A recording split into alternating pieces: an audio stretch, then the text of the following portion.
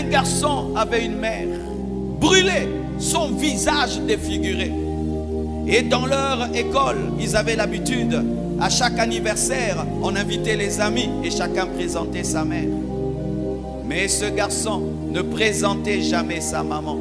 Et il utilisait toujours des superfuges pour dire « Non maman, c'est l'anniversaire des enfants, c'est la fête des enfants, ne viens pas. » Mais sa mère savait, mon enfant a honte de moi, mais n'arrive pas à le dire. Mais tant que l'enfant était petit, la mère ne disait rien et laissait l'enfant se comporter ainsi. Mais quand l'enfant a grandi, sa mère lui a dit « Tu as honte de moi? » « Non maman, tu as honte de moi. » Et il prend son enfant, il l'amène vers une pièce et ouvre un album photo.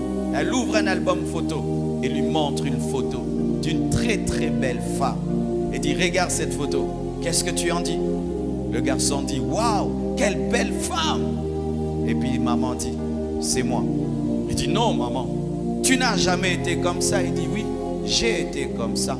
Mais j'aimerais te raconter comment je suis devenu laide. Lorsque tu étais un tout petit enfant, je t'avais laissé dans la maison. J'étais allé au marché. Et en mon absence, la maison a pris feu. Quand je suis revenu, j'ai vu tout le monde autour de la maison en train de crier « L'enfant, l'enfant, l'enfant !» Mais personne n'osait entrer dans la maison pour te sauver. Et on m'a empêché d'entrer dans le feu. Mais quand ils étaient distraits, j'ai couru et je suis entré dans la maison en feu.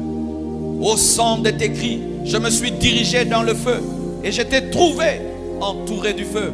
J'étais pris, j'étais caché dans mes vêtements. Mais lorsque je sortais, une poutre en feu est tombée sur mon visage. J'étais jeté et tu étais sauvé. Mais tous les jours de ton anniversaire, c'est moi que tu punis, c'est moi que tu insultes, c'est moi que tu rejettes, c'est moi que tu ne veux pas présenter.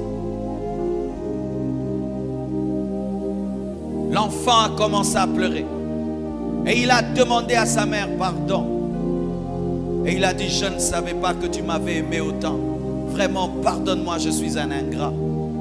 Et l'année prochaine, quand il y a eu l'anniversaire, il prend sa maman, toute brûlée, comme un monstre, et il présente à ses amis. Ses amis étaient dégoûtés, horrifiés. Il dit, c'est ma mère, c'est la plus belle femme au monde.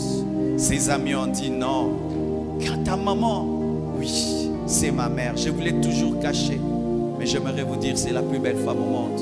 C'est vrai que vos mamans ont des beaux visages, mais je ne sais pas si vos mères peuvent accepter ce que la mienne a accepté pour moi. Ça, c'est ma mère, c'est maman. De la même manière, mes frères, lorsque Jésus-Christ était à la croix, la Bible nous dit qu'il n'avait plus de beauté pour attirer nos regards. Pourquoi? On lui a arraché la barbe, on l'a frappé. On ne pouvait pas savoir si c'était un homme, si c'était une femme. Et les disciples ont fui Jésus alors qu'il mourait pour eux à la croix.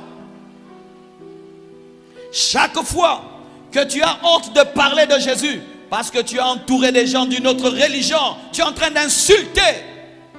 Chaque fois que tu es à l'école, tu es à l'université, au travail, et tu as honte de dire que tu es chrétien et de parler clairement de Jésus, tu es en train d'insulter celui qui est mort pour toi. Combien de fois les chrétiens ont honte de parler de leur foi quand ils arrivent dans des endroits où il y a des hommes riches, des hommes intelligents, les gens d'une autre religion, d'une autre culture. Tu fais comme ce garçon-là, tu as honte de ta maman.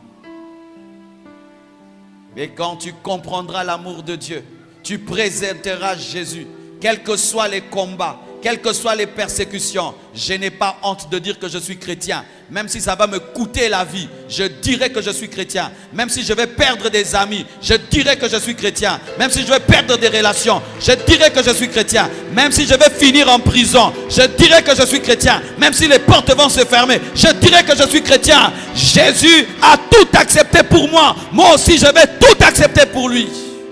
Celui qui t'aime réclame ton amour.